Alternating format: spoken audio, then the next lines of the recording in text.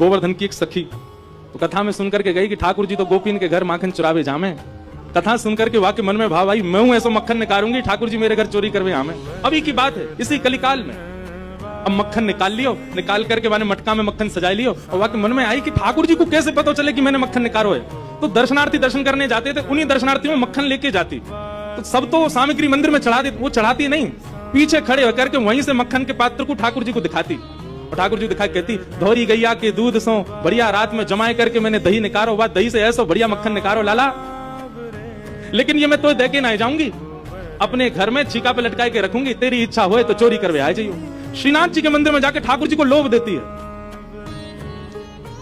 सखी ने मक्खन ऐसे ठाकुर जी को दिखाया, लाला मेरे घर चोरी करवे आ जा, ऐसा बढ़िया मक्खन है। और वहां ने सब बता दियो, मंदिर से निकल के सीधे जाओगे, वो खरते दाएं मुड़ जाइयो, वहां से बाएं मुड़ जाइयो, वहां सीधे आइयो, वहीं मेरा घर है, और मैं घर के सब लोग सो जामे रात्रि में, तब आ जाइयो, चुपचाप चोरी करके जाइयो। लाला मैं बस इतना देखना चाहूं, सुबह उठूं तो मेरे मटका को मक्खन खत्म है गयो, मैं वही से प्रसन्न रह जाऊंगी कि लाला आयो। मुझे इच्छा ना है कि मैं तेरा दर्शन करूं, मैं तो पकड़ूं, मेरा मन बस ये है कि मैं जो सामग्री बनाऊं तुम पाके चले जाओ। एक दिन निकल गया, ठाकुर जी नहीं आए।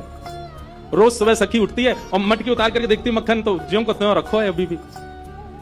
दूसरे दिन फिर नया मक्खन निकल, फिर गई ठाकुर जी को, लाला तू मान ना रहो मेरी बात, मैं तोकू दावे ते कह रही हूं, ऐसा मक्खन तेने पायो नहीं होगा, तो एक बार आ जा। दूसरे दिन भी ठाकुर जी नहीं आए, तीसरे दिन फिर आई गई, फिर से आकर के ठाकुर जी को लोभ दे। अब वो रोज नए नए मक्खन निकाल के लावे और पीछे से ठाकुर जी को दिखावे। तो श्रीनाथ जी मंदिर में खड़े हैं, ऐसे कटाक्ष नीचे नेत्र हैं, सामने कुंभन दास जी बैठकर के कीर्तन सुना रहे थे। ठाकुर जी खड़े खड़े खड़े खड़े, ठाकुर जी के मुख में से लार टपकन लगी, यहाँ पे लार गिरन लगी, और वहां लार को सामने बैठे भाई कुंभन दास जी ने देख लियो। कुंभन दास जी बोले, जय जय जय जय जी, लार कैसे निकल रही है, का है गो, भूख लग रही है का?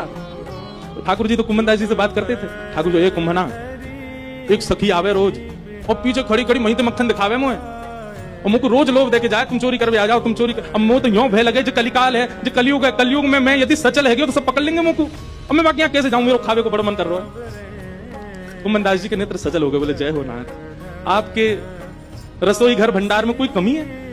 अरे इतनो मक्खन, इतनो दही, इतनो दूध, इतनी गौशाला, इतनी गैयान को दूध रोज आपके मंदिर में आवे, वही सखी कोई क्यों चाहिए? बोले, अरे तो तू नहीं समझेगो, वो बड़े प्रेम से आवे और सब तो चढ़ा जामे यहाँ पे।